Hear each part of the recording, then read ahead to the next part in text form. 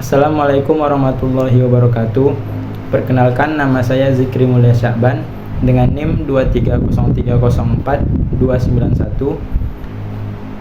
Prodi Manajemen, mata kuliah Bank dan Lembaga Keuangan lainnya. Di sini saya akan menjelaskan tentang pengertian pengalokasian dana, pengertian kredit dan pembiayaan, unsur-unsur kredit, tujuan dan fungsi kredit, jenis-jenis kredit, serta prinsip-prinsip pemberian kredit.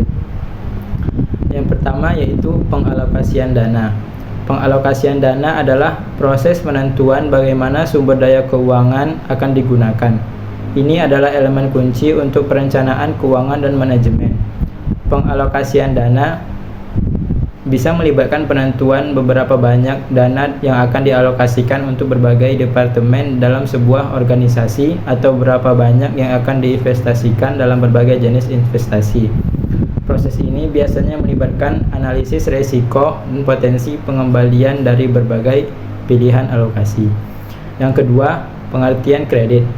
Kredit adalah perjanjian di mana pihak yang memberikan kredit atau kreditor memberikan sejumlah uang atau aset kepada pihak yang menerima kredit atau debitur dengan persyaratan bahwa jumlah tersebut akan dibayar kembali di masa depan, biasanya dengan bunga. Kredit bisa dalam bentuk pinjaman uang atau dalam bentuk penjualan barang atau jasa dengan pembayaran yang ditunda. Kemudian pembiayaan. Pembiayaan adalah proses penyediaan dana atau aset yang dibutuhkan untuk suatu kegiatan atau proyek. Pembiayaan bisa berasal dari berbagai sumber, termasuk pinjaman, investasi, atau pendapatan internal.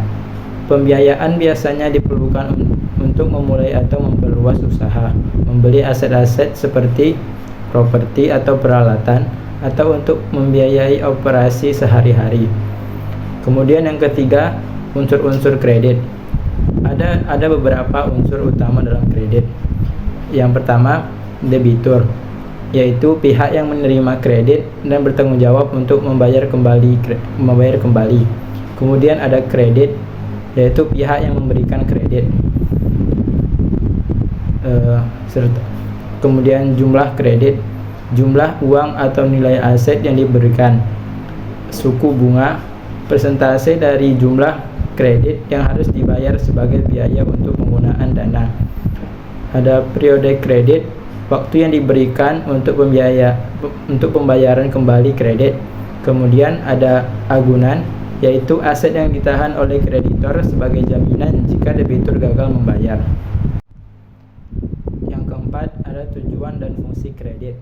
Tujuan utama kredit adalah untuk memfasilitasi transaksi ekonomi dan membiayai kegiatan. Fungsi kredit meliputi membantu individu atau bisnis membeli barang atau jasa yang tidak bisa mereka beli dengan tunai. Kemudian membantu bisnis memperluas operasi atau melakukan investasi. Membantu pemerintah membiayai proyek dan layanan publik. Kemudian membantu mengatasi kesenjangan antara pendapatan dan pengeluaran. Kelima, ada jenis-jenis kredit. Ada berbagai jenis kredit, yaitu kredit konsumtif, kredit yang digunakan untuk pembelian barang atau jasa untuk konsumsi pribadi. Kedua, kredit investasi, kredit yang digunakan untuk investasi dalam bisnis atau aset produktif. Ketiga, kredit modal kerja, kredit yang digunakan untuk membiayai operasi sehari-hari bisnis. Keempat, ada kredit mikro, yaitu kredit kecil yang diberikan kepada usaha kecil dan menengah atau individu dengan pendapatan rendah. Kemudian yang keenam, ada prinsip-prinsip pemberian kredit. Ada beberapa prinsip penting dalam pemberian kredit. Pertama, penilaian kelayakan debitur, yaitu kreditur harus melakukan analisis mendalam tentang kemampuan dan keandalan debitur untuk membayar kembali kredit. Diversifikasi risiko.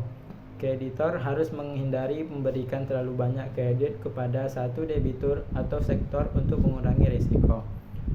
Kemudian pemantauan dan pengendalian. Kreditor harus melakukan pemantauan dan pengendalian secara berkala untuk memastikan bahwa debitur mematuhi persyaratan dan kondisi kredit. Sekian yang bisa saya sampaikan. Semoga penjelasan ini membantu kita memahami konsep-konsep ini secara lebih dalam. Wassalamualaikum warahmatullahi wabarakatuh.